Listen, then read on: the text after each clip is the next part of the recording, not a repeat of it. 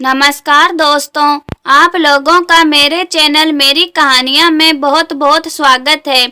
आज की हमारी कहानी है गुरु और शिष्य की। एक गुरु और शिष्य जंगल से होते हुए अपने गांव जा रहे होते हैं। अंधेरा काफ़ी हो चुका था। शिष्य ने अपने गुरु से कहा कि गुरुजी, काफ़ी रात हो चुकी है, अगर आप कहें तो आज की रात यहीं आसपास के किसी गांव में गुजार लें। गुरुजी ने अपना सर हिलाया और वो आसपास के गांव में एक छोटे से घर के पास जाकर रुके। अब जैसे ही वहां गए तो गुरुजी के शिष्य ने दरवाज़ा खटखटाया। उस घर से एक गरीब आदमी बाहर आया तो गुरुजी ने बोला, हम अपने गांव जा रहे थे, लेकिन काफ़ी रात होने की वजह से हमने इसी गांव में रुकने को सोचा। क्या हम आज रात आपके यहाँ रुक सकते हैं? गरीब आदमी बोला, हाँ क्यों नहीं, आप दोनों अंदर आ जाइए। अब जैसे ही गुरुजी अंदर गए, उन्होंने देखा कि उस आदमी के घर में बहुत ज़्यादा गरीबी थी। गुरुजी ने उससे पूछा कि आप क्या काम करते हो? वह गरीब आदमी बोला कि मेरे पास बहुत सारी ज़मीन है।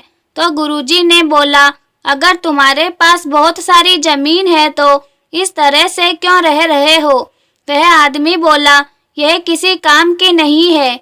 गांव वाले बोलते हैं कि ये बंजर ज़मीन है, यहाँ पर कुछ भी नहीं उगाया जा सकता है और वहाँ फसल उगाना बहुत बड़ी बेवकूफ़ी है। गुरुजी ने बोला कि तुम्हारा गुजारा कैसे होता है?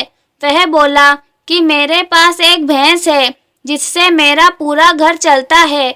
यह सुनने के बाद गुरुजी सो जाते हैं और रात में जब सब लोग सो रहे होते हैं तब गुरुजी अपने शिष्य को उठाते हैं और उस गरीब आदमी की भैंस लेकर अपने गांव चले जाते हैं। शिष्य अपने गुरु से पूछता है कि गुरुजी, कहीं आप ये गलत तो नहीं कर रहे हैं? उस गरीब आदमी की रोजी रोटी इसी भैंस की वजह से चलती है। तो गुरुजी अपने शिष्य की तरफ देखते हैं और मुस्कुराते हुए आगे बढ़ जाते हैं। उस बात को तकरीबन 10 साल गुजर जाते हैं और जो गुरु का शिष्य था वह बहुत बड़ा गुरु बन चुका था।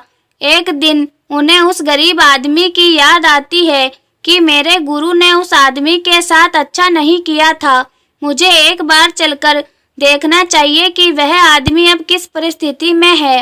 वह शिष्य उस गांव की तरफ जाता है और वहां जैसे ही पहुंचता है तो वह देखता है कि जहां पर उस गरीब आदमी का झोपड़ा था वहां पर एक बड़ा ही आलीशान महल बन चुका था और उस झोपड़ी के बाहर जो बंजर जमीन थी उस पर फल और फूलों के बगीचे थे।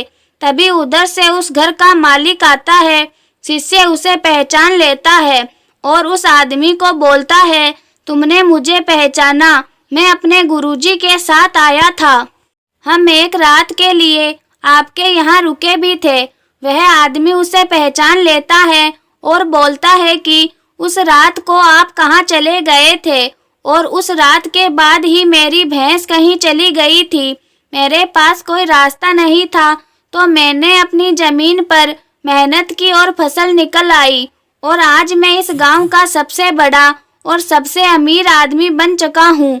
यह सुनने के बाद शिष्य के आंखों में अपने गुरुजी के लिए आंसू आ गए और उसे ये बात समझ आ गई कि उस दिन गुरुजी इस भैंस को अपने साथ क्यों ले गए थे। तो दोस्तों, आप लोगों को यह गुरु और शिष्य की कहानी कैसी लगी मुझे कमेंट करके ज़रूर बताएं और कहानी अच्छी लगी हो तो कहानी को लाइक तथा चैनल को सब्सक्राइब भी ज़रूर करें।